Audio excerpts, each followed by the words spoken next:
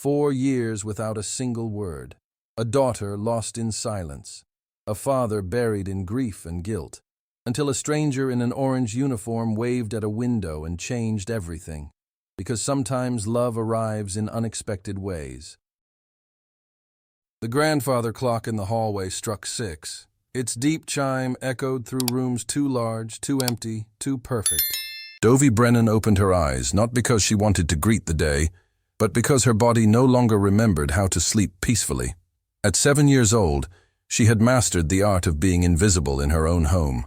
She sat up in the four-poster bed, its carved mahogany frame worth more than most families earned in a year. The silk canopy above her head had been custom-made in France.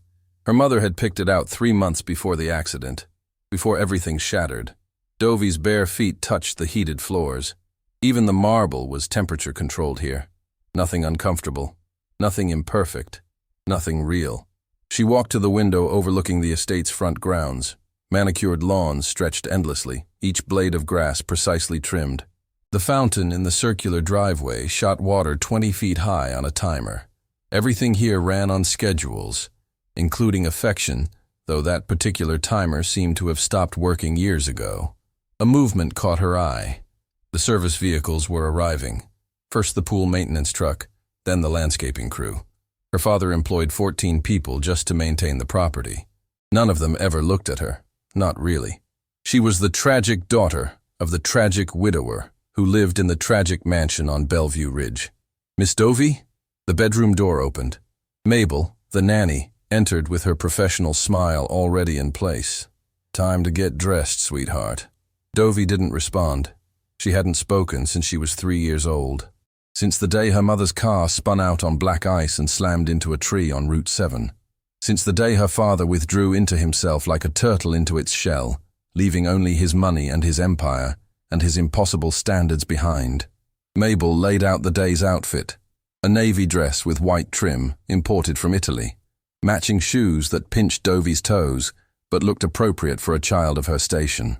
Everything in Dovie's life was appropriate, correct, lifeless. "Your father wants you to eat breakfast in the dining room today," Mabel said, brushing Dovie's long blonde hair. "He has a meeting at 7:30, but he'd like to see you before then." See her, not talk to her, not ask how she slept or what she dreamed about or if the nightmares had come back. Just see her, like checking off a box on his daily task list. Daughter, acknowledged. Conscience, temporarily appeased. Dovie allowed herself to be dressed like a doll. She'd learned long ago that resistance required energy she no longer possessed. Better to float through each day like a ghost, present but not really there. The dining room could seat 24 people. This morning, only 2 places were set. Her father sat at the head of the table, already in his suit, already reading something on his tablet, already somewhere else mentally. "Good morning, Dovie." Lawson Brennan glanced up briefly. His eyes, the same blue-green as hers, skimmed over her face without really seeing. "Did you sleep well?" She sat in her designated chair, nodded once. "Good. That's good." He returned to his tablet. "I'll be late tonight. Client dinner in the city. Mabel will oversee your schedule." The housekeeper brought breakfast. Organic yogurt parfait with precisely measured granola. Fresh berries arranged in a pattern. Dovie ate mechanically.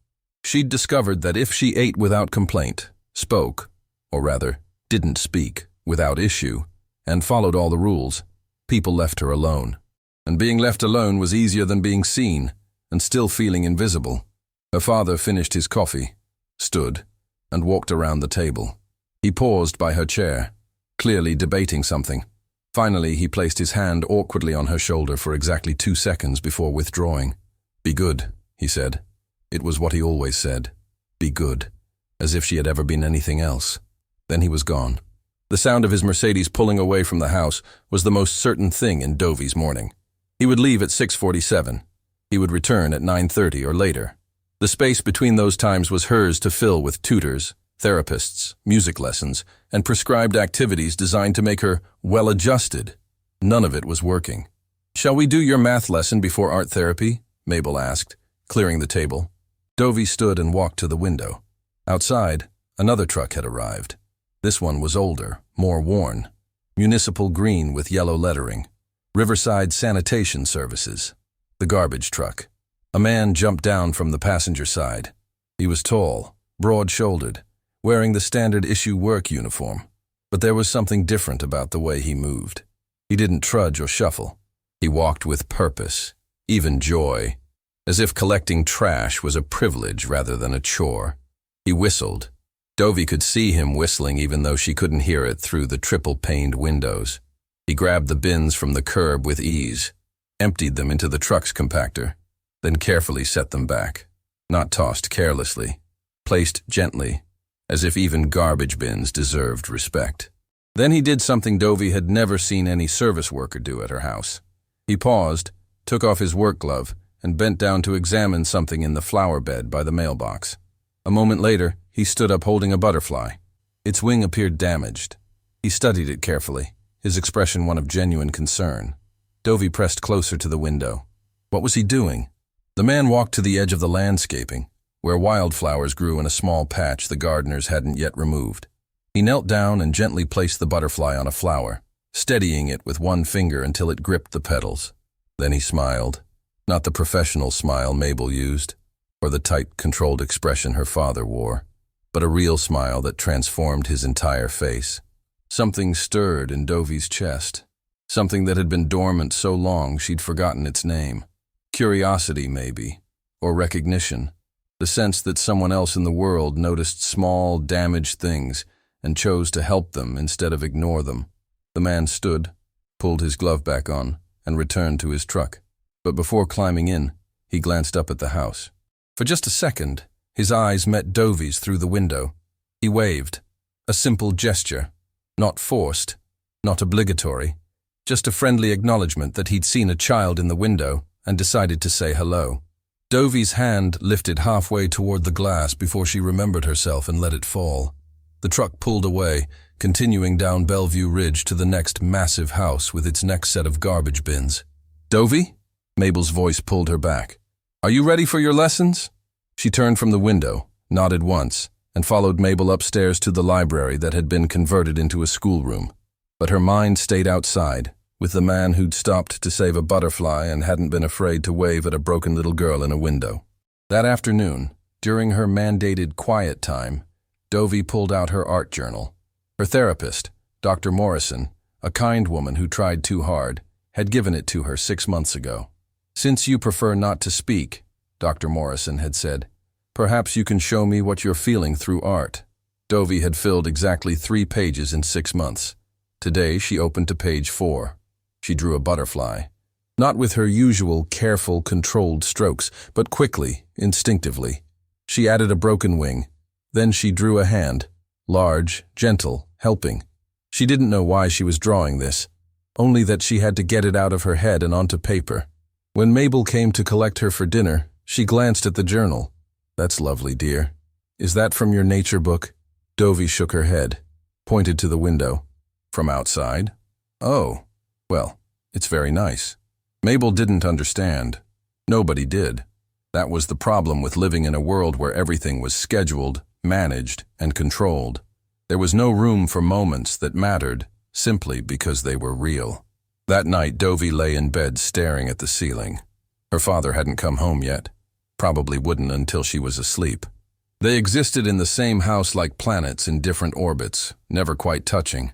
But she thought about the sanitation worker, about how he'd smiled at a butterfly, about how he'd waved at her, as if her silence didn't make her strange or broken or a problem to be fixed.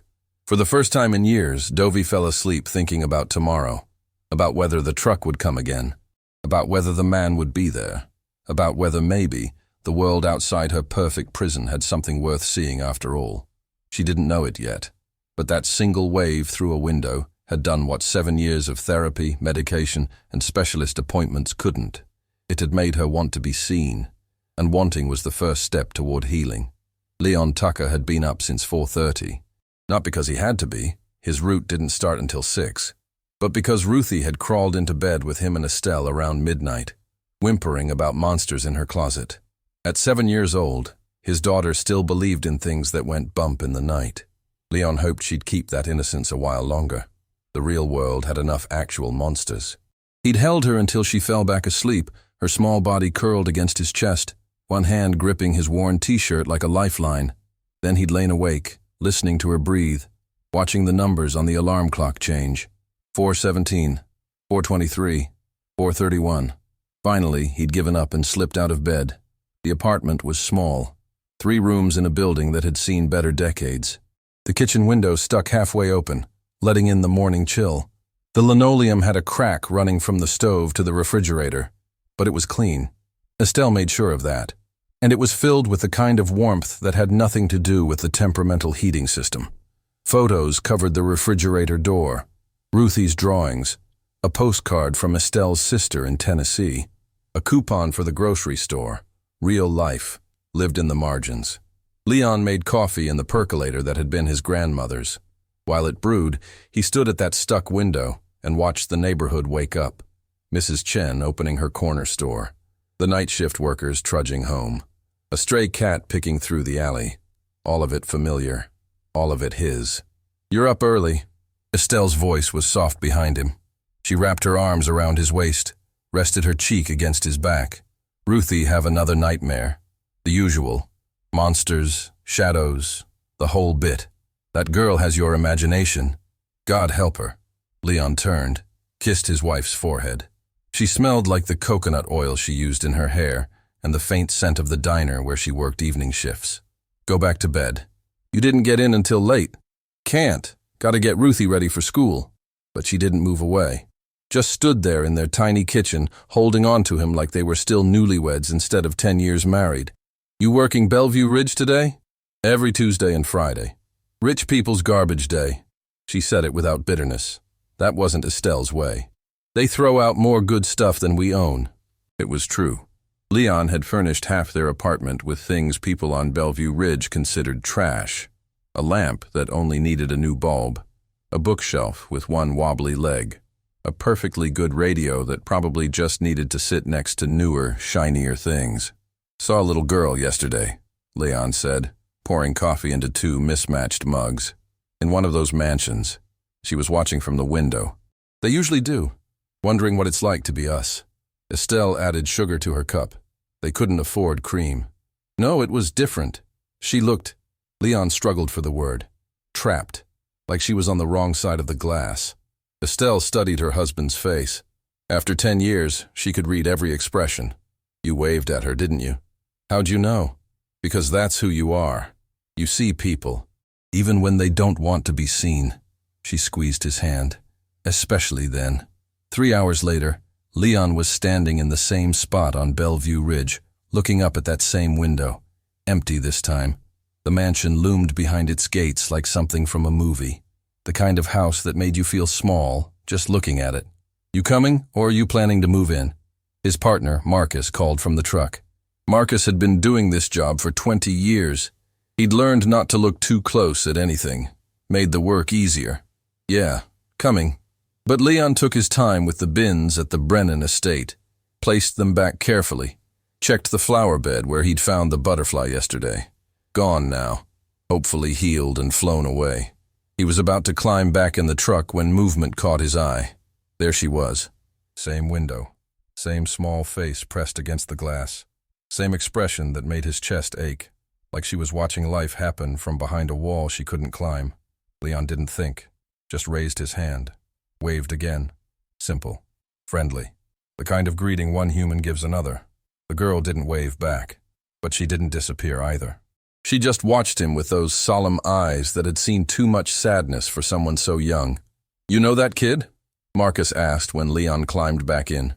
"No, but she looks lonely." "That's a $10 million house, Leon. Nobody in there is lonely. They got everything." Leon didn't argue. But he thought about Ruthie, who slept with a stuffed rabbit held together with duct tape and woke up every morning asking what adventures they'd have today. Then he thought about that little girl in the window of her castle, and he knew which one was richer. That evening, Leon came home to chaos. The good kind. Ruthie had dragged every stuffed animal she owned into the living room and was staging what appeared to be a wedding between her rabbit and a one-eyed teddy bear. "Daddy!" She launched herself at him. He caught her, swung her around, not caring that his uniform probably smelled like a day's work. What's all this? Mr. Flops and Bernard are getting married. You have to be the priest. The priest? Leon looked at Estelle, who was setting the table with their mismatched plates. She just shrugged, smiling. Or whatever person does the marrying. You know the words, right? I do. And you may kiss? So Leon found himself standing in his own living room, performing a wedding ceremony for stuffed animals, while his daughter directed him with the seriousness of a Broadway producer. Estelle watched from the kitchen, her eyes soft. This was wealth, Leon thought. This, right here. This moment that cost nothing and meant everything. Later, after Ruthie was in bed, no monsters tonight, she'd declared, because Mr. Flops was now married and could protect her. Leon sat with Estelle on their worn couch. Tell me about the girl, Estelle said. What girl? The one you've been thinking about all day. The one in the window. Leon shook his head, smiling. You're scary. You know that? 10 years, baby. I know your faces. She curled up against him. So tell me. She's little, maybe 7, 8. Lives in that huge house on the ridge. And she just looks lost, like nobody sees her. You waved at her again today? Yeah. And nothing. She just watched me. But Estelle, that house, it's so big and so empty looking. All that space, and it feels cold even from outside. Estelle was quiet for a moment. Then, Ruthie would probably wave at her if she saw her. Ruthie waves at everybody. Exactly. Maybe that's what the girl needs. Somebody who doesn't know she's supposed to be invisible. Leon thought about that. Ruthie, with her gap-toothed smile and her fearless heart. His daughter who made friends with stray cats and drew pictures for the mailman and believed everyone was just a potential friend she hadn't met yet. You thinking what I'm thinking? Estelle asked. That depends. Are you thinking something crazy? When have I ever suggested anything crazy? Last month you wanted to adopt that 3-legged dog. He needed a home. We live in a 3rd-floor walk-up. Details. But she was smiling. Then her face grew serious. Leon, if that little girl is lonely, if she's locked up in all that money and misery, maybe Ruthie could reach her. Kids don't see walls the way we do. It was a wild idea, probably inappropriate, definitely outside any normal boundary between a sanitation worker and the people he served. But Leon had never been good at boundaries when someone was hurting. Let me think about it, he said. But he was already planning. The next morning, Leon made a detour on his route, asked Marcus to give him 5 minutes, walked up to the Brennan gate with his heart hammering like a guilty man's. The intercom crackled when he pressed it. Yes? A woman's voice, efficient, professional. Hi, sorry to bother you. I'm Leon from Riverside Sanitation. I just wanted to check. There's a child I've seen in the window a couple times. I wanted to make sure she's okay. Silence. Long enough that Leon thought he'd crossed a line. Then, that's kind of you to ask. She's fine. She just likes to watch the street. Does she ever come outside? I have a daughter about her age. Thought maybe they could wave at each other or something. Kids, you know. Another pause. I'll mention it to her father. Thank you. The intercom went dead. Leon stood there feeling foolish. What had he expected? That they'd throw open the gates and invite him in for tea? But when he glanced up at the window before heading back to the truck, she was there, the little girl. And this time, when he waved, her hand lifted. Just barely. Just enough. It was the smallest thing. A hand raised a few inches. A gesture so tentative it barely existed. But Leon's heart swelled like he'd witnessed a sunrise. Because small things mattered. Small things were how you crossed impossible distances. 1 inch at a time. 1 wave at a time. 1 moment of being seen at a time. Marcus was watching him with raised eyebrows when he climbed back in the truck. Don't say it, Leon warned. Wasn't gonna say nothing. Just be careful, man. Rich people don't like us getting too familiar. I'm not getting familiar. I'm being human. Sometimes that's the same thing. Leon knew Marcus was right. Knew he was probably crossing lines that existed for good reasons. But he thought about that little girl's hand, lifting toward his wave like a flower toward sun. And he thought, some lines need to be crossed. Some walls need to come down. Even if you have to take them apart 1 small wave at a time. Dovey woke before dawn. Not from habit this time, but from anticipation. an emotion so foreign it made her stomach flutter in ways she didn't understand. She lay in bed watching the ceiling slowly emerge from darkness, counting the minutes until the garbage truck would rumble up Bellevue Ridge. Would he bring his daughter today? The one he'd mentioned? The one who talked and drew and seemed to live in a world where silence wasn't a shield but a choice you didn't need to make? By the time Mabel knocked, Dovey was already dressed. She'd chosen her own clothes for the second time that week. The yellow dress again, the one that didn't strangle her throat with its collar. Her mother's voice whispered from memory, "Yellow is for brave days, baby girl. For days when you need sunshine even if the sky is gray." Mabel froze in the doorway, taking in the dressed child, the made bed, the journal already tucked under Dovey's arm. "Well, aren't you full of surprises lately?" She studied Dovey's face, searching for clues to this transformation. "You feeling okay, sweetheart?" Dovey nodded. More than nodded. She looked Mabel in the eye and nodded with conviction. Something had shifted. Some locked door inside her had cracked open just enough to let in a sliver of light. "Your father left early. Board meeting." Mabel's voice carried that apologetic tone she always used when explaining Lawson's absence. "But he said he'd try to be home for dinner tonight." Try. That word had lost all meaning in this house. But Dovey didn't let it dim the strange lightness in her chest. She had her own thing to look forward to now, something that belonged to her alone. Breakfast passed in a blur. Dovey ate without tasting, her attention fixed on the window, on the street beyond, on the approaching hour. 8:15. That's when the truck came. 8:15 on Tuesdays and Fridays. She'd counted. She'd memorized. She'd waited. At 8:10, she asked Mabel, actually walked up and tugged her sleeve, pointed to the garden, if she could go outside. Mabel's eyebrows rose. "It's a bit chilly this morning, honey." Dovey pulled her cardigan tighter, looked up with those blue-green eyes that could still melt any resolve. "Oh, all right. But just in the front garden where I can see you from the window. And you come straight in if you get cold." Dovey was already moving. The morning air bit her cheeks as she settled on the stone bench near the fountain, close enough to the street that she could see clearly, far enough from the house that she felt like she'd escaped. Her journal lay open on her lap, pencil poised, but she wasn't drawing, just watching, waiting. The rumble came first. That familiar diesel growl that she'd learned to distinguish from all other vehicles. Then the truck appeared, rounding the corner with its municipal green paint and its cargo of everyone else's discarded lives. Leon was there. She recognized him immediately. But today he wasn't alone on the sidewalk. A smaller figure bounced beside him. A girl in a purple jacket that had seen better winters, her hair in 2 braids that were already coming loose. Dovey's breath caught. She stood without meaning to. The girl saw her first. "Daddy, look! Is that her? Is that the girl from the window?" Leon glanced up at the house, spotted Dovey by the fountain, and something in his expression softened. Relief, maybe. Or recognition that his instinct had been right. This child needed someone. Anyone. "That's her," he said quietly. Then raising his voice, "Good morning." Dovey's hand lifted in a wave. Stronger than last time. More certain. "Can I say hi?" The girl was already bouncing on her toes, vibrating with the kind of energy that couldn't be contained. "Please, please, please." Leon hesitated, glanced at the house, at Mabel's shape in the window, then back at his daughter's hopeful face, then at Dovey, standing so still by that fountain, looking like a deer deciding whether to run or stay. "Just to the gate," he said. "And you're polite. You understand me, Ruthie? Polite. I'm always polite."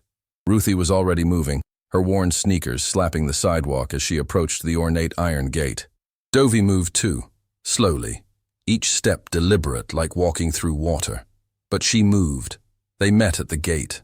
2 7-year-old girls separated by iron and money and circumstances, but connected by something neither could name. Ruthie pressed her face between the bars, grinning with several missing teeth. "Hi, I'm Ruthie. My daddy says you like to draw. I like to draw too, but I'm not very good. I mean, I think I'm good, but my teacher says I need to work on staying in the lines, but who wants to stay in the lines anyway? Lines are boring." "Do you think lines are boring?" Dovey blinked. The words came so fast, like birds taking flight one after another. She opened her mouth, closed it, opened it again. Nothing came out. The familiar frustration rose in her throat. But Ruthie didn't seem bothered. That's okay. My daddy said you don't talk much. That's cool. My friend Marcus at school doesn't talk much either, and he's really nice. Can I see your journal? Is that what you draw in? Dovey hesitated, then held up the journal, open to a page of butterflies. Ruthie's eyes went wide. Whoa, you drew those? Those are amazing. Look, Daddy, look at the butterflies. Leon had finished with the bins and now stood a respectful distance back, watching this collision of worlds with his heart in his throat. They're beautiful, he called. You've got real talent there. Something warm bloomed in Dovey's chest. Talent. Not symptoms, not problems to solve. Talent. Can you draw me something? Ruthie asked. Not now, I mean, whenever. Maybe a bird? I really like birds. Or a cat. Do you like cats? We can't have a cat because our building doesn't allow pets, but I pretend sometimes that the strays in the alley are mine. There's this one orange cat I call Mr. Cheeto because he's orange like a Cheeto and… Ruthie. Leon's voice held gentle warning. Breathe, baby. Ruthie laughed. Sorry. Mama says I talk enough for 3 people. She looked back at Dovey, her expression suddenly serious. Do you want to be friends? Because I think you're really cool and you don't have to talk if you don't want to. Friends can just be, you know? Friends can just be. The words settled into Dovey like seeds in soil. Nobody had ever offered friendship without conditions, without requirements, without needing her to be something other than what she was. She nodded. Not the tiny, barely there nod she used with adults. A real nod. Up and down. Yes. Ruthie's whole face lit up like sunrise. Really? Oh wow, this is the best day ever. Wait till I tell Mama. She's gonna… Ruthie, we need to finish the route. Leon's voice was apologetic. Say goodbye. But we just got here. I know, baby. But Mr. Tucker has a schedule. He looked at Dovey, and in his eyes she saw something she recognized. The same trapped feeling she carried. Different cage, same bars. Maybe another time. Dovey's chest tightened. Another time. Adults always said that. Another time meant never. But then Ruthie pressed something through the gate bars. Here, I made this for you yesterday. Daddy said you might like it. A drawing. Messy, outside the lines, colored with what looked like crayons worn down to nubs. A sun, a girl by a window, another girl waving, and between them, a butterfly.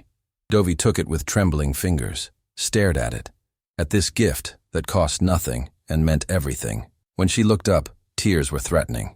She pressed the drawing to her chest, then held up her own journal, ripped out a page with her most careful butterfly, and offered it through the bars. For you, Ruthie breathed, taking it like it was made of gold. I'm going to put it on our refrigerator, right in the front where everyone can see. She glanced back at her father. Can we come back? Please. Leon looked at the 2 girls, at how Dovey was standing taller now, at how something in her face had woken up. He thought about his tiny apartment with its stuck window and its crack in the floor, and about this mansion with its marble and its silence, and he knew which child was more imprisoned. We'll be back Friday, he said. Not a promise, not a maybe, a statement. If that's okay with you, he added, directing the question to Dovey. She nodded so hard her hair flew. They left after that. Ruthie waving the whole way back to the truck, shouting promises about what they'd talk about next time, what she'd bring, what they'd do.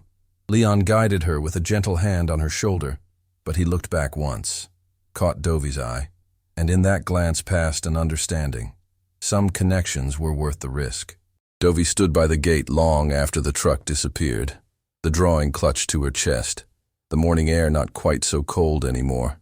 She didn't see Mabel's worried face in the window, didn't hear the phone call being made, didn't know that her father was about to learn about the garbage man's daughter and the friendship blooming between 2 worlds that weren't supposed to touch. Lawson Brennan prided himself on control. In business, it had made him millions. In life, it had kept chaos at bay. When his phone buzzed during the board meeting with Mabel's name on the screen, his first instinct was irritation. He'd told her, emergencies only. But Mabel had been with them 3 years. She didn't call for nothing. He excused himself, stepped into the hallway. What is it? Mr. Brennan, I didn't know if I should call, but I thought you should know. Her voice carried that nervous quaver of someone delivering bad news to someone who didn't handle bad news well. Dovey has been interacting with the sanitation worker's daughter. Silence. Lawson's jaw tightened. Interacting how? They met at the gate this morning. Just talking. Well, the other child was talking. Dovey was listening. They exchanged drawings. The words came faster now, defensive. I was watching the whole time, nothing inappropriate. But the man said he'd be back Friday, and Dovey seemed happy about it. Happy. His daughter, who hadn't shown genuine emotion in 4 years. Happy, because of some stranger's child. I'm coming home, Lawson said. Now. He made it back to Bellevue Ridge in 20 minutes. Speed limits were suggestions when you drove cars that cost more than most people's houses. The meeting could wait. The board could wait. This breach of boundaries, this intrusion into their controlled existence, could not. He found Dovey in her room, sitting on her bed, staring at a piece of paper covered in crayon scribbles. She didn't look up when he entered, just kept staring at that drawing with an expression he couldn't read. Dovey. His voice came out harder than he intended. She flinched. He softened marginally. Mabel said you made a new friend today. She nodded, still not looking at him. The garbage collector's daughter. Another nod. Lawson ran his hand through his hair, a gesture left over from younger days when problems were simpler. Baby, you can't just... We don't know these people. They're strangers. Finally, Dovey looked up, and the expression on her face stopped him cold. It wasn't defiance. It wasn't rebellion. It was heartbreak. The kind of pure, unfiltered pain that children feel before they learn to hide it. She held up the drawing, pointed to the butterfly, to the 2 girls, then pressed her hand to her chest. Friend. I know you think she's your friend, Lawson said, trying to find the words that wouldn't shatter her. But honey, friendship takes time. You don't know her. Dovey's eyes filled, not with tears that fell, with tears that stayed put through sheer will. She pointed to herself, to her mouth, shook her head. Nobody knows me. The accusation hung there, silent but deafening. And Lawson felt it land like a physical blow, because it was true.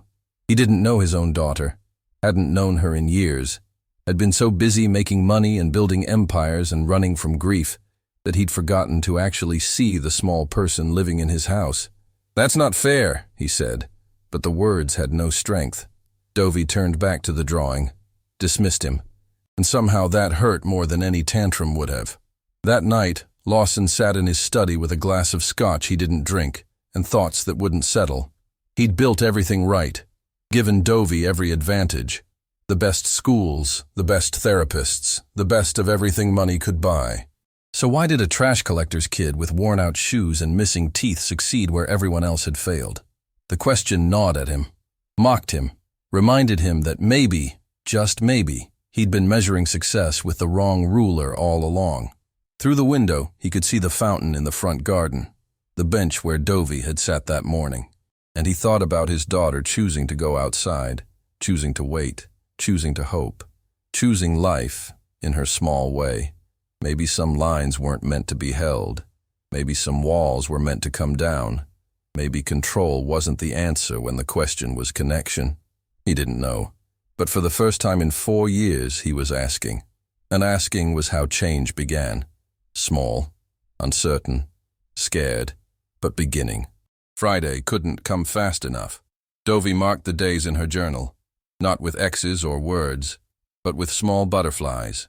One for Wednesday, one for Thursday.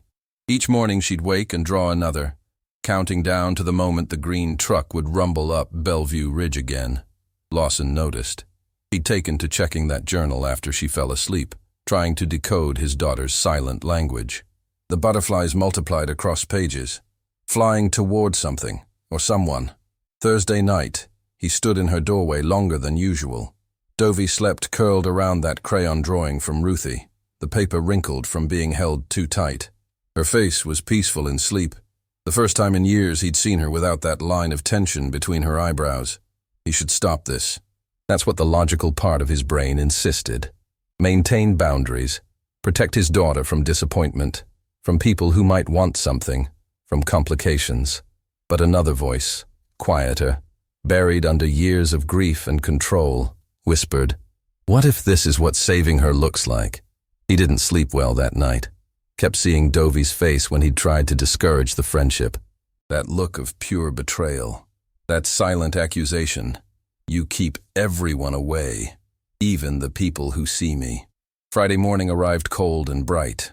Dovey was dressed before Mabel knocked, jeans this time, and a sweater her mother had bought her before the accident.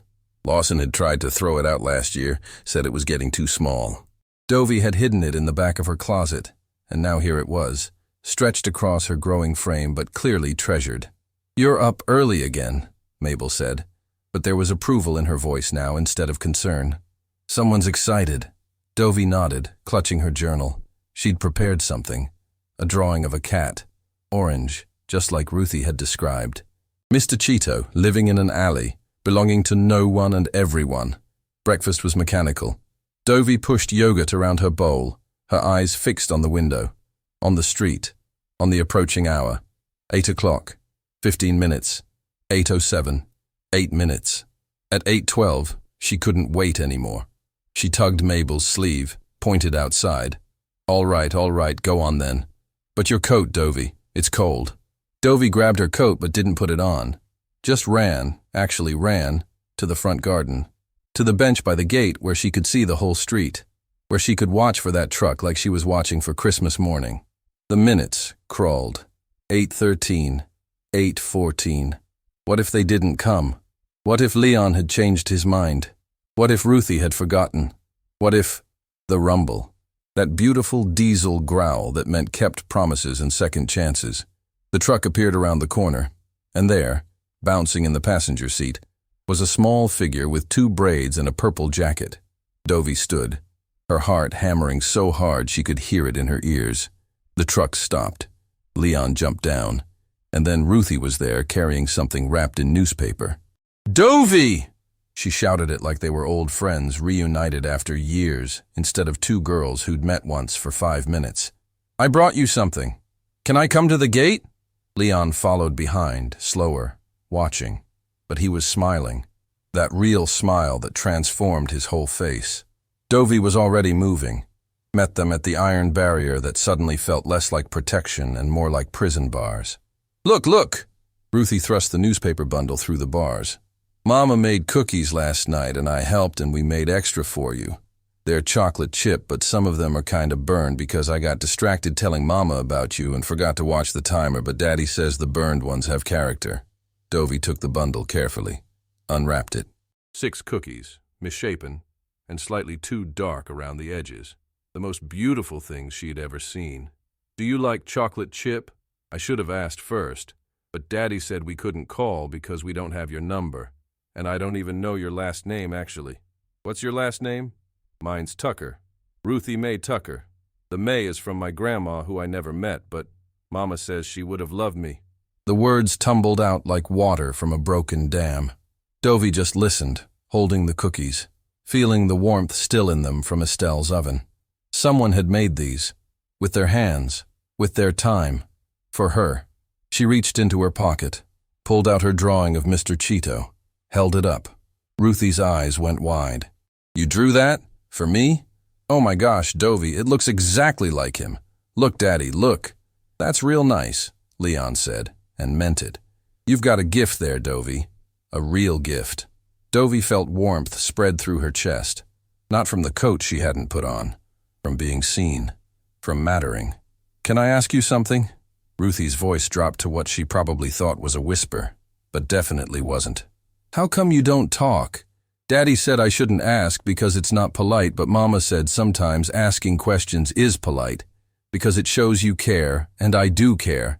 So I'm asking, but you don't have to answer if you don't want to." Silence. Dovey's throat tightened. This was the question everyone wanted to ask, but only therapists actually did. And they asked it clinically, like she was a puzzle to solve. Ruthie just looked genuinely curious. Not pitying. Not frustrated. Just interested. Dovey opened her journal, flipped to a page she'd drawn weeks ago. A girl with her mouth covered by vines. Flowers growing from the vines. Beautiful and terrible all at once. Ruthie studied it. Really looked. Her face grew serious in a way that made her seem much older than 7. Sometimes it feels safer to not say anything at all, because then nobody can use your words against you. Dovey's breath caught. Yes, exactly yes. That's real smart, Ruthie continued. My mama says silence is powerful. She says people don't give it enough credit. She looked up at Dovey. But I hope someday you feel safe enough to talk. Not because you should, or because people want you to. Just because you want to, because I bet your voice is really pretty. Something cracked inside Dovey. Not broke. Cracked. Like ice melting. Like cocoons splitting. Like windows opening after years sealed shut. Her mouth opened. Closed. Opened again. The sound came out rusty, unused, broken. But it came. Thank you. The world stopped spinning. Ruthie's mouth dropped open. Leon's hand went to his chest. And Dovey started crying. Not sad tears. The kind that come when something trapped finally breaks free. You talked, Ruthie whispered. And now she was crying too. You talked, Dovey. I'll be damned, Leon breathed. Then louder. That was brave. So brave. And Dovey realized he was right. Opening her mouth had been the bravest thing she'd done in 4 years. Not because it was hard physically. Because it meant trusting. Risking. Letting someone see the most vulnerable part of her. What none of them noticed was the man standing on the front porch of the mansion. Lawson Brennan had come home. Had meant to stop this. Had prepared a speech about boundaries and appropriate relationships and safety. But then he'd heard his daughter's voice. 2 words. Cracked and small and real. Thank you. 4 years of silence. Broken. Not by expensive therapists or medication or any of the 1,000 things he'd bought and arranged and controlled. Broken by a girl in a worn purple jacket and a man in a sanitation uniform who'd had the simple human decency to wave at a lonely child. Lawson felt his knees weaken. He sat down hard on the porch steps, his $1,000 suit touching cold concrete, and he didn't even notice. His daughter had spoken to a stranger, because that stranger had seen her when her own father had been too busy looking away. The shame was physical, a weight in his chest that made breathing hard. He watched Dovey and Ruthie at the gate, watched how Ruthie had reached through the bars to wipe Dovey's tears with her sleeve, watched how Dovey was smiling, actually smiling, through the crying, watched Leon standing guard with that protective warmth that Lawson had forgotten how to feel. And he understood something that should have been obvious years ago. You couldn't protect someone by building walls around them. You just made a prettier prison. We should go, Leon was saying gently to Ruthie. Let Dovey have some time to rest. This is big. What just happened? Can I hug her goodbye? Ruthie asked. Is that allowed? Leon glanced up at the house. His eyes met Lawson's across the lawn. A silent question. An asking of permission. Lawson stood, walked down the steps, across the perfect lawn, his shoes leaving impressions in grass that cost more to maintain than most people's mortgages. He reached the gate. The 4 of them stood there. 2 girls, 2 men, separated by iron and everything it represented. Mr. Brennan. Leon's voice was respectful, but not servile. I apologize if we've overstepped. We didn't mean... She spoke. Lawson's voice came out rough. My daughter spoke. Because of you. Because of your daughter. Leon nodded slowly. Kids have a way of reaching each other, when we adults can't. I've spent 4 years trying to fix her. The confession spilled out. Hired everyone. Bought everything. And you just... He gestured helplessly. You just saw her. With respect, sir, she wasn't broken. She was protecting herself. Leon's eyes were kind but direct. Sometimes the bravest thing you can do is be vulnerable again. Your daughter just did that. That took guts. Lawson looked at Dovey. Really looked. Saw how she was standing taller. How her eyes were brighter. How she was present in a way she hadn't been in years. Can they hug? He asked. Not commanded. Asked. Leon glanced at Ruthie. She was already nodding so hard her braids bounced. Lawson pulled out his keys, unlocked the gate. The iron swung open with a groan that sounded like endings and beginnings all at once. Ruthie stepped through tentatively. This was Dovey's space, her world. Crossing that threshold meant something. Dovey moved first, stepped forward, and hugged Ruthie like holding on to life itself. "You're my best friend," Ruthie whispered. "I don't care what anyone says. You're my best friend." Dovey nodded against her shoulder. Tried again. "Best friend." The words came easier this time. Still broken, still rusty, but real. Marcus honked the truck horn. Time was ticking. Routes didn't run themselves. "We have to go," Leon said reluctantly. "But we'll be back. Next week, I promise." "Could they," Lawson heard himself say, "could Ruthie come on the weekend? Just to play, if that's all right with you." Leon studied him, looking for angle, for catch, for the trap that rich people always set. But Lawson's face was open, vulnerable. A father who just realized he'd been doing everything wrong. "We'd like that," Leon said finally. "If Dovey wants it." Dovey nodded, emphatic. "Clear." "Tomorrow?" Ruthie asked hopefully. "Can I come tomorrow?" "Tomorrow," Lawson confirmed, and meant it. They left after that. Leon and Ruthie climbing back into the truck, waving until they disappeared around the corner. Lawson and Dovey stood at the open gate watching them go. Then Dovey did something that stopped Lawson's heart. She reached up, took his hand, her small fingers wrapping around his larger ones, and squeezed. He looked down at her. She looked up at him, and in her eyes was a question. "Are you really here? Or are you going to leave again?" "I'm here," he said out loud. "I'm sorry I wasn't before, but I'm here now." Dovey didn't say anything, but she held his hand tighter. And they walked back to the house together, not with him leading and her following, but side by side. The gate stayed open behind them, swinging slightly in the breeze, no longer locked, no longer needed, because sometimes the only way forward is to stop protecting yourself from living. And living meant risk, and risk meant heartbreak was possible. But joy was too. And maybe, just maybe, that was a trade worth making. Chapter 5. What Wealth Really Means. Saturday morning arrived wrapped in fog, the kind that made everything soft-edged and dreamlike. Lawson had been awake since 5, pacing his bedroom like a man waiting for a verdict. At 6, he gave up on sleep entirely and went downstairs. The kitchen felt foreign to him, his own kitchen. How many mornings had he grabbed coffee from the pot Mabel made and disappeared into his study? How many meals had he eaten standing up, phone in one hand, fork in the other, mind already at the office? He opened the refrigerator, stared at its contents like reading a foreign language. Organic this, imported that. Things purchased by someone else, eaten by someone else, meaning nothing to anyone. On impulse, he pulled out eggs, butter, milk. His mother had made pancakes every Sunday when he was young, before she died, before his father's grief turned into workaholism and taught Lawson the same lesson. When emotion hurts, bury yourself in achievement. He found a mixing bowl, a whisk, tried to remember proportions, made a mess of the counter, burned the first pancake black. The second came out lopsided, but edible. The third was almost right. "Mr. Brennan?" Mabel appeared in the doorway, her robe tied tight, eyes wide. "Is everything all right? I heard noises. I'm making breakfast." He flipped another pancake. "For Dovey, before her friend comes."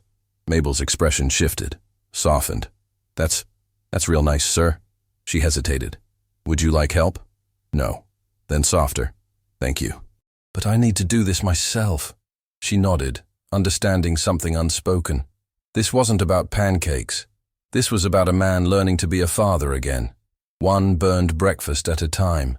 Dovey came down at 7:30, stopped dead in the kitchen doorway. Her father stood at the stove, flour on his expensive shirt, a spatula in his hand and a stack of imperfect pancakes on a plate. "Good morning." Lawson's voice was uncertain. "I made breakfast. They're not as good as I remember my mother's being, but they're edible, I think." Dovey approached slowly, climbed into her chair at the small breakfast table, not the formal dining room, but here, in the warmth of the kitchen. Lawson set the plate in front of her, sat across from her, no tablet, no phone, just him and her and awkward silence. She picked up her fork, cut a piece, tasted it. It was a little burnt, a little undercooked in the middle. The texture was wrong and the edges were crispy. It was perfect. "Good?" Lawson asked, and the vulnerability in his voice could have shattered.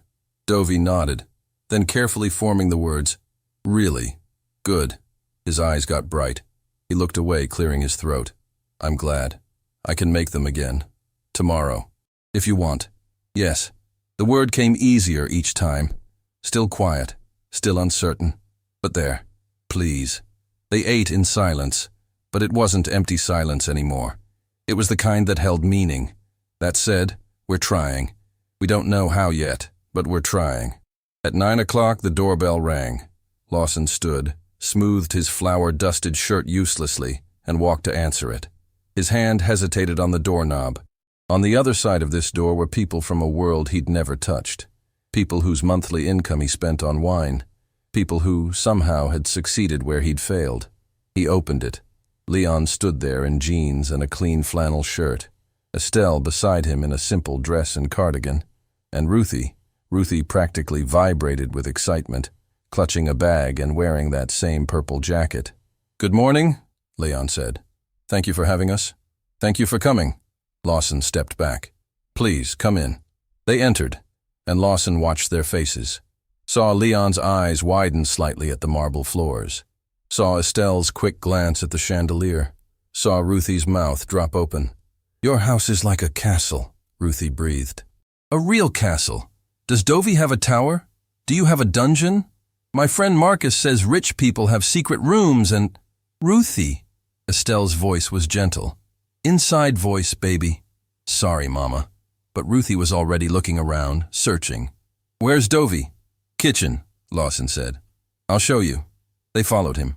The contrast was almost painful, this beautiful, polished home and these worn, comfortable people moving through it. But there was something else, too. The house felt warmer with them in it, more alive. Dovey was still at the table. She stood when she saw Ruthie, her face transforming into something Lawson had almost forgotten. Joy. Dovey! Ruthie ran to her, hugged her tight. I brought games, and Mama sent more cookies. And Daddy said maybe we could draw together, and… Breathe, baby girl. Estelle laughed, but her eyes were on Dovey, on this silent child who was holding her daughter like a lifeline. She glanced at Lawson. Thank you for inviting us. It means a lot. It means more than you know, Lawson said quietly. The first hour was awkward.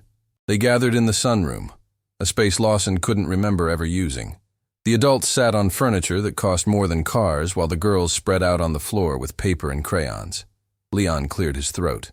Nice place you have here. Thank you. Pause. How long have you worked for the city? 15 years. Started right out of high school. That's good. Steady work. It is. Leon's tone was neutral. Not defensive, but not grateful either. Just stating fact.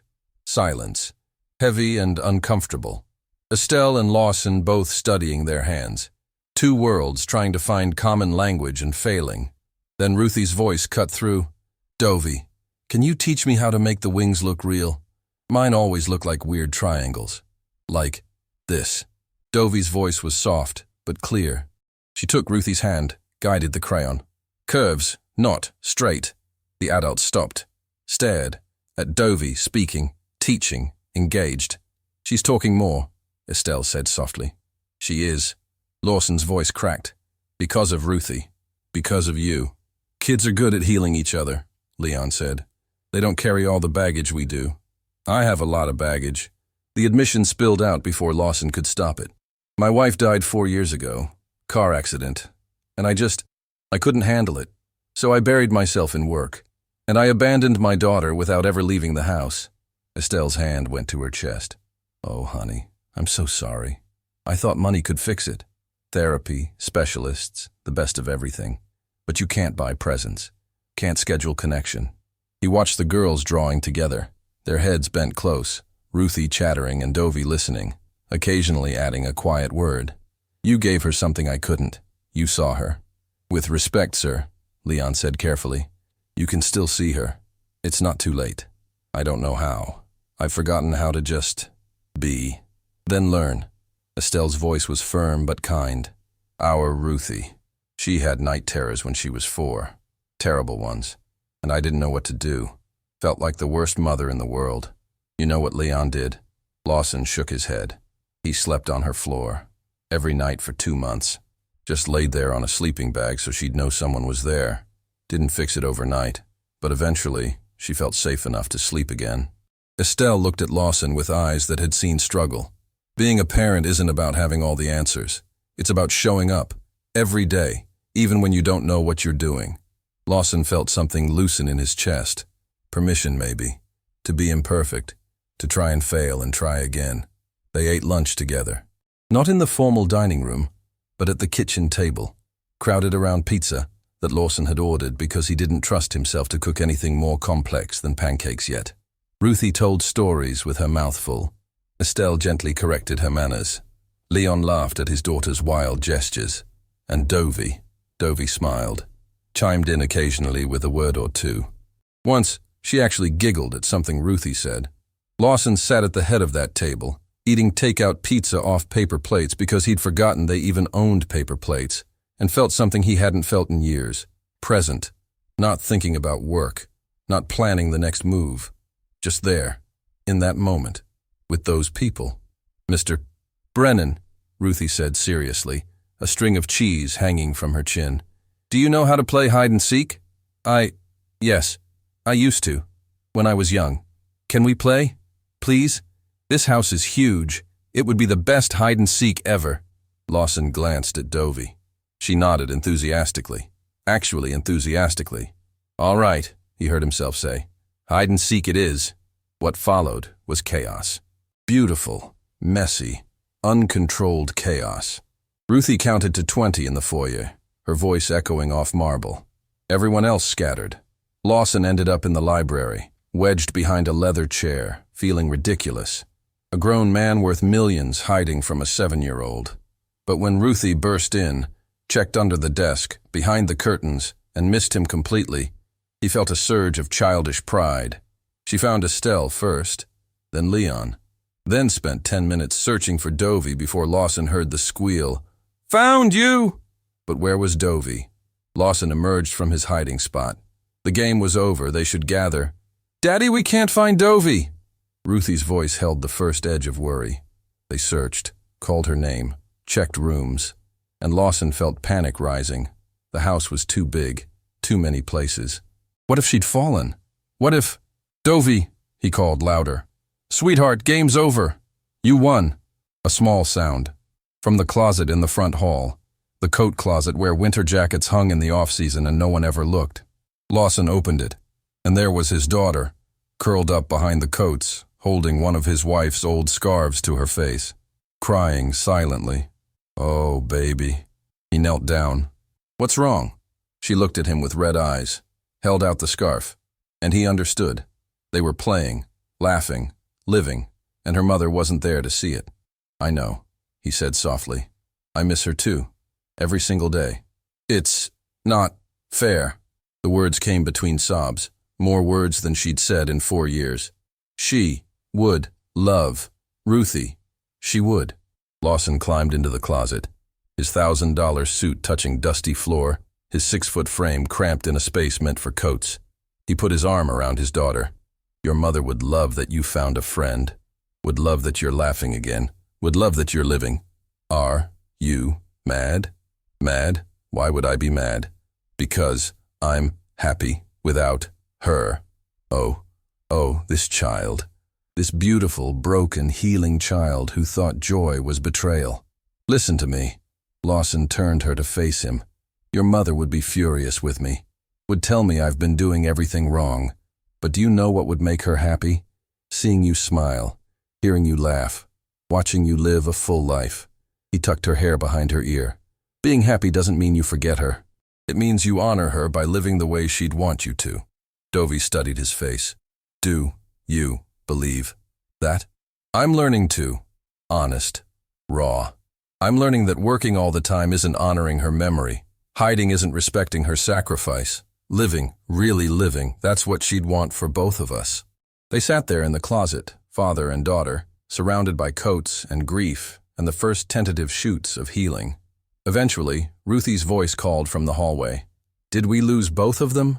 Dovey giggled, wet and hiccuping but real. Lawson smiled. "Should we scare them?" Dovey nodded, eyes brightening. They waited until footsteps approached, then jumped out together, shouting. Ruthie screamed. Leon jumped back, Estelle clutched her chest, and then everyone was laughing. Even Dovey, especially Dovey. Late afternoon brought quieter activities. The girls drew at the kitchen table while the adults made coffee. Real coffee, not the expensive stuff Lawson usually drank. The kind that came in a can from Leon's house, brewing in Lawson's French press because they couldn't find a regular coffee maker. "This is nice," Estelle said, watching the girls. "This right here, this is what childhood should be." "They're good for each other," Leon added. "Ruthie needs someone who listens. Dovey needs someone who talks. Balance. I want to do more of this," Lawson said. "Have Ruthie over. Maybe I could take them to the park sometimes, or the children's museum." He said it hesitantly, asking permission to be involved in his own daughter's life. "We'd like that," Estelle said.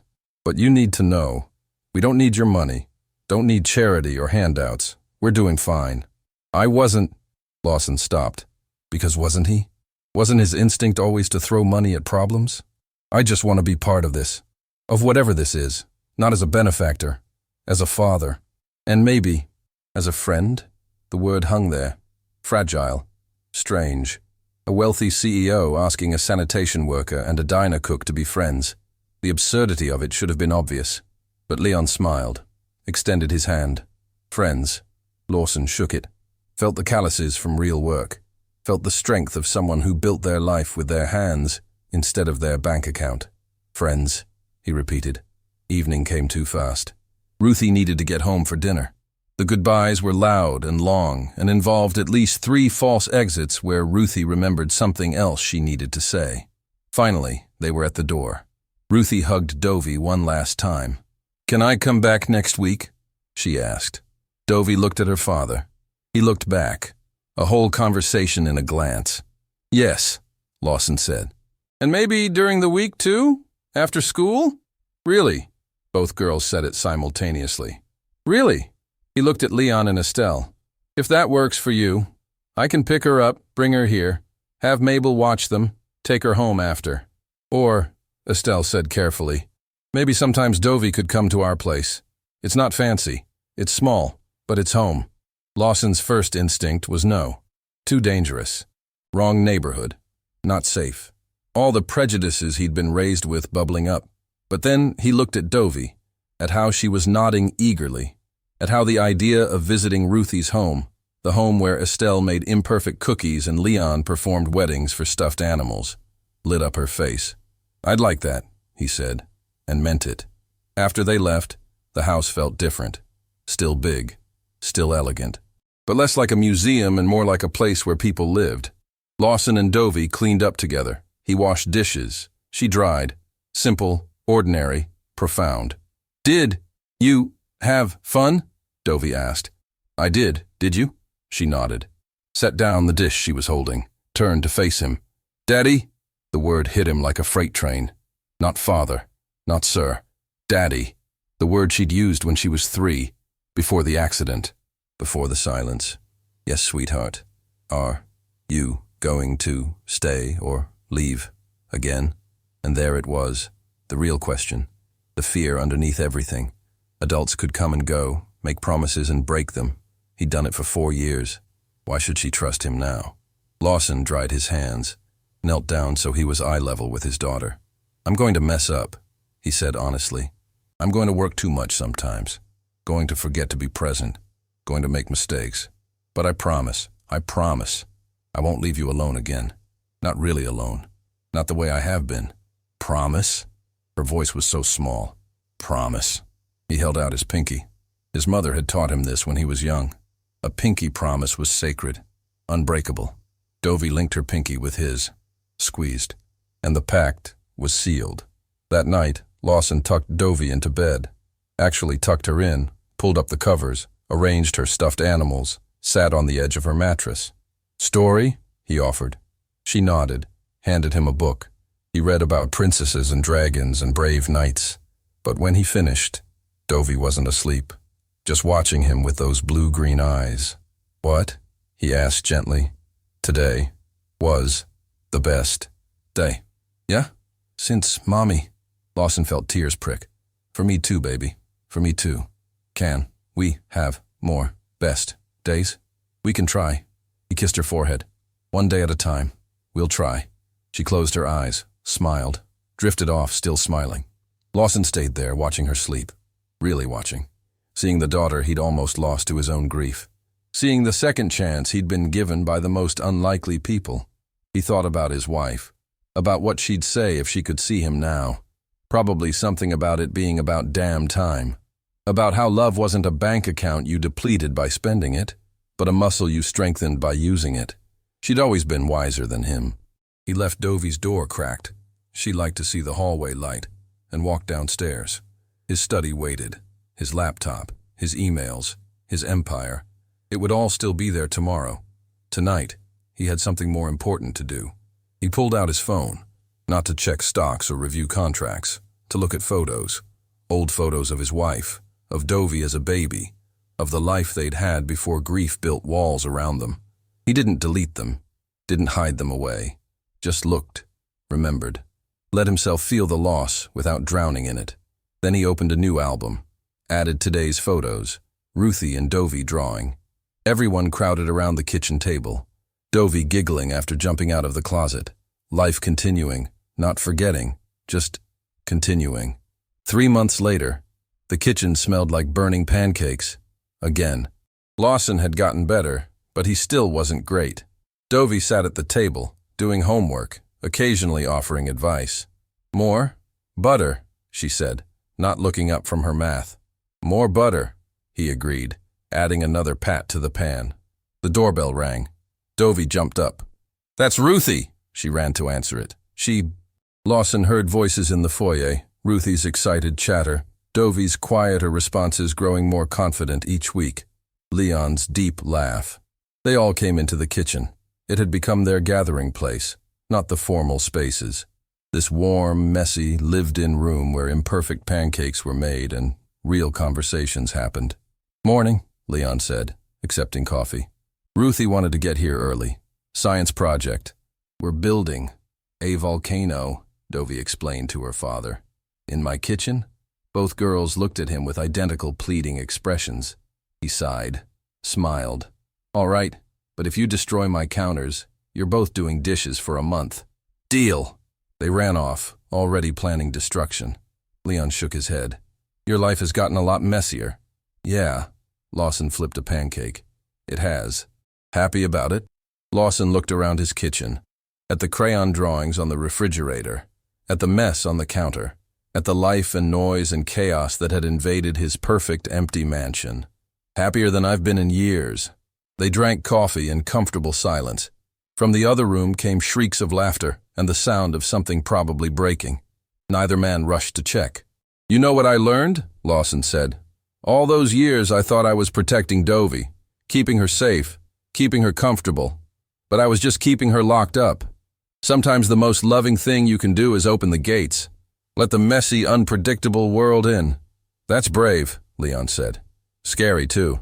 Terrifying, Lawson smiled. But worth it. Because here's what nobody tells you when you're busy building empires and protecting yourself. Life isn't happening somewhere else. It's not in the next deal or the next achievement or the next security measure. It's happening right here, in kitchens, in friendships that shouldn't work but do, in daughters learning to trust again, in burned pancakes and science projects and ordinary moments that turn out to be extraordinary. From the other room, Daddy, we need vinegar. That's my cue, Lawson said. But before he left, Leon stopped him. Thank you for letting us in. Thank you for knocking. That evening, after Ruthie went home and the volcano experiment had been cleaned up, mostly, Lawson and Dovie sat on the front porch. The same porch where he'd first heard her speak, where everything had begun to shift. The sun was setting, painting the sky in oranges and pinks. Daddy? Do you think Mommy can see us? Lawson pulled her close. I don't know, but I hope so. I think she can, and I think she's happy. We're happy. Me too, baby. Me too. They sat there as the light faded, not talking, not needing to, just being present, being together, being alive in the moment instead of hiding from it. Because that's what Lawson had finally learned, what Leon and Estelle and Ruthie had taught him, what his daughter had shown him by learning to speak again. The richest life isn't built with money. It's built with moments, with presence, with the courage to let people in even when it's scary, with the willingness to be imperfect and messy and real. You can't schedule love, can't buy connection, can't control your way into genuine relationship. Sometimes you just have to unlock the gate, burn some pancakes, let a chattering 7-year-old teach you about joy, and trust that the mess is where the magic lives. Because in the end, when everything else falls away, what remains isn't the size of your house or the balance in your account. It's the memory of small hands in yours, of laughter in your kitchen, of ordinary moments that turned out to hold everything that mattered. That's wealth, real wealth. The kind that doesn't diminish when you share it but multiplies. The kind that's measured not in what you have but in how you show up, how you see people, how you let yourself be seen. And sometimes, if you're lucky, all it takes is one wave through a window to begin. One moment of being noticed, one act of simple kindness, one person who sees you when everyone else looks away. That's how walls come down. That's how healing begins. That's how you learn to live again. One wave at a time.